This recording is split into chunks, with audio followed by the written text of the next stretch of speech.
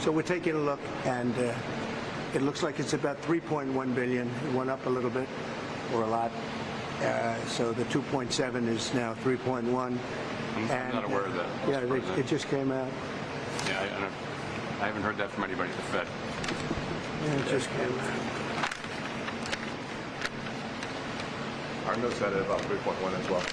3.1. 3.2. This came from us? Yes. I don't know who does that. You're including the Martin renovation. You just added. Our entire capital. Yeah, you just added in a third building is what that is. That's a third building, Well, including no, the but Martin building. it's a building that's being built. No, it was built 5 years ago. We finished Martin 5 years ago. It's part of the overall work. But it's not new. So we're going to we're taking a look, and it looks like it's about 3.1 billion. It went up a little bit, or a lot. So the 2.7 is now 3.1. I'm not aware of that. Yeah, it just came out. Yeah, I haven't heard that from anybody at the Fed. Our notes had it about 3.1 as well. 3.1. 3.2. This came from us? Yes. I don't know who does that. You're including the Martin renovation. You just added. Our entire capital. Yeah, you just added in a third building is what that is. It's a building that's being built. No, it was built 5 years ago. We finished Martin 5 years ago. It's part of the overall work. But it's not new. So we're going to take a look. We're going to see what's happening, and it's got a long way. Do you expect any more additional cost overruns? Don't expect them. We're ready for them, but we have a little bit of a reserve that we may use. But no, we don't expect to be finished in 2027. We're well along, as you can see. Would like to see it get finished, and in many ways, it's too bad it started.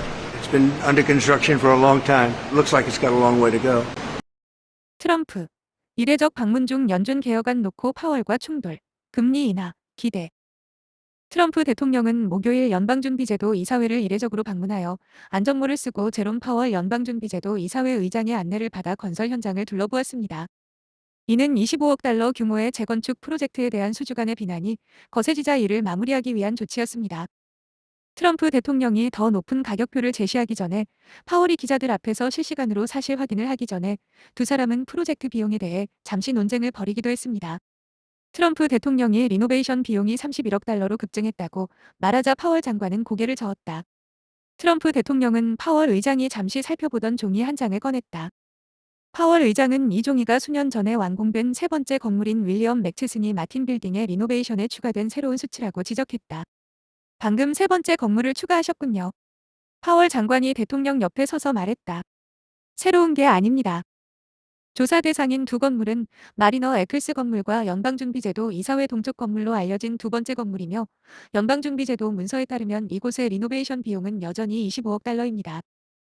트럼프 보좌진은 수정된 숫자를 고수하며 투어에 합류한 부참모장 제임스 블레어와 가격표를 논의할 때 세 건물을 모두 포함해야 한다고 말했고 나중에 파월이 말도 안 되는 소리를 한다고 비난했습니다. 두 개 건물에 대한 주목할 만한 건설 프로젝트는 2022년 중반에 시작되어 2027년에 완공될 예정이며 공화당 상원의원인 팀 스콧, 사우스캐롤라이나, 과 톰 틸리스, 노스캐롤라이나를 비롯하여 트럼프 행정부의 예산 책임자, 연방주택 책임자 등이 둘러보았습니다. 대통령은 이번 방문의 전반적인 이유에 대해 무슨 일이 일어나고 있는지 살펴보고 있을 뿐입니다. 라고 말하며 수년에 걸친 리노베이션 프로젝트의 복잡성을 인정하고 매우 많은 비용이 드는 작업을 많이 받다는 것은 의심의 여지가 없다고 말했습니다. 트럼프 대통령은 방문 중에도 이자율을 낮추라고 계속 압력을 가했으며 파월 의장과 이자율에 대해 잠시 이야기를 나누었다고 말했고 파월 의장이 옳은 일을 할 것이라고 믿는다고 덧붙였다. 트럼프 대통령은 파월 의장을 해임하려는 시도와 거리를 두는 한편 연준 의장과의 긴장을 완화하는 조치를 취했으며 이번 방문은 프로젝트를 완료하는 데 도움이 되기 위한 것이며 개인적인 감정을 갖고 싶지 않다고 말했다. 트럼프 대통령은 나중에 파월을 해고한 것에 대해 그것은 큰 결정이고 저는 그럴 필요가 없다고 생각합니다.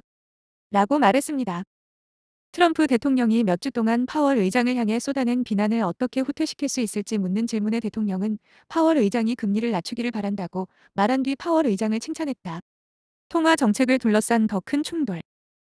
트럼프 대통령의 이목을 끄는 이번 방문은 파월 의장이 다음 주 연방공개시장위원회 FOMC를 소집해 또 다른 금리 결정을 내릴 예정인 가운데 이루어졌는데, 트럼프 대통령은 목요일의 금리 결정이 자신의 주요 목표라고 거듭 강조했습니다.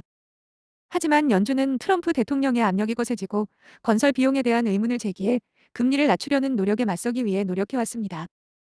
연방준비제도 이사회 직원들은 그날 일찍 기자들에게 건물을 안내해 높은 가격표의 주요 원인이 보안시설 증설이었다는 점을 강조하고 국가수도계획위원회 NCPC가 승인한 계획에서 벗어난 사항이 두 가지뿐이라는 주장을 뒷받침했습니다.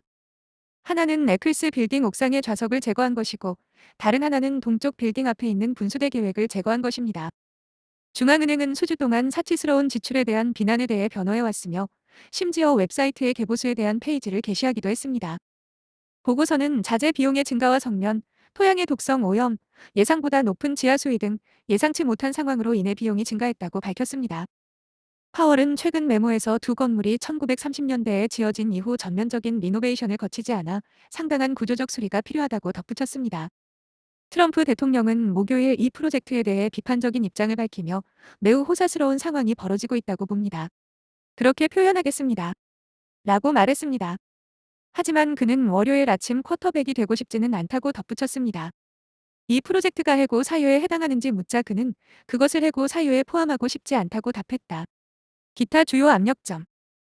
앞으로 몇 주 동안 파월 의장은 재무부 장관 스콧 베센트가 연방준비제도 이사회 패드의 운영에 대해 철저한 내부 검토를 요구한 것과 가을에 더욱 거세질 수 있는 의회 내 공화당의 압력에 맞서 싸워야 할 것입니다. 목요일에 연방준비제도 이사회 패드는 또 다른 골칫거리에 직면했습니다. 자금 관리자이자 최근 정부 효율성 부서의 고문을 지낸 트럼프 대통령의 측근이 중앙은행이 정책회의를 비공개로 진행함으로써 1976년 연방법을 위반하고 있다고 주장하며 소송을 제기했기 때문입니다. 법무부가 개입하여 파월을 직접 조사해야 한다는 주장도 있습니다. 펀치볼 뉴스에 따르면 하원 금융서비스위원회 소위원장이자 펜실베이니아주 하원 의원인 된 모이저도 연방준비제도에 대한 의회 조사를 추진하고 있다고 합니다. 하지만 그의 상원 동료들 중 다수는 이러한 생각을 꺼려하고 있습니다. 트럼프 대통령의 또 다른 측근인 플로리다주 하원의원 안나 폴리나 루나는 법무부의 파월 장관이 6월 개보수 관련 발언과 관련하여 위증 혐의를 조사해 줄 것을 공식 요청했습니다. 하지만 이는 기껏해야 가능성 낮은 것으로 여겨집니다.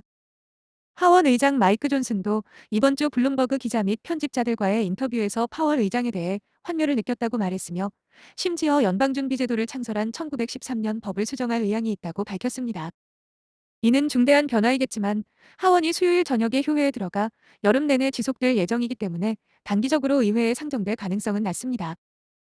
6월 25일 청문회에서 파월 의장에게 연준의 개혁에 대해 질문했고, 목요일에도 현장에 있었던 스콧 의장은 수요일 파월 의장에게 8월 8일까지 추가 질문에 답변해 달라고 요청하는 서한을 보냈습니다. 그는 개혁에 대한 공식 계획, 파월 의장의 증언, 그리고 연준이 웹사이트에 발표한 내용 사이에 명확한 차이가 있다고 말했습니다. 어쨌든 트럼프의 주요 동맹들은 그들이 단순히 비용을 통제하고 싶어 한다고 주장하면서 프로젝트에 계속 집중할 것이라고 약속했습니다. 우리는 계속해서 질문을 던질 것입니다. 관리예산국, 안부, 국장인 러셀 보트는 투어를 마치고 백악관으로 돌아온 뒤 이를 첫 번째 현장 방문이라 부르며 이렇게 말했습니다. 벤 월스츠컬은 야후 파이낸스의 워싱턴 특파원입니다.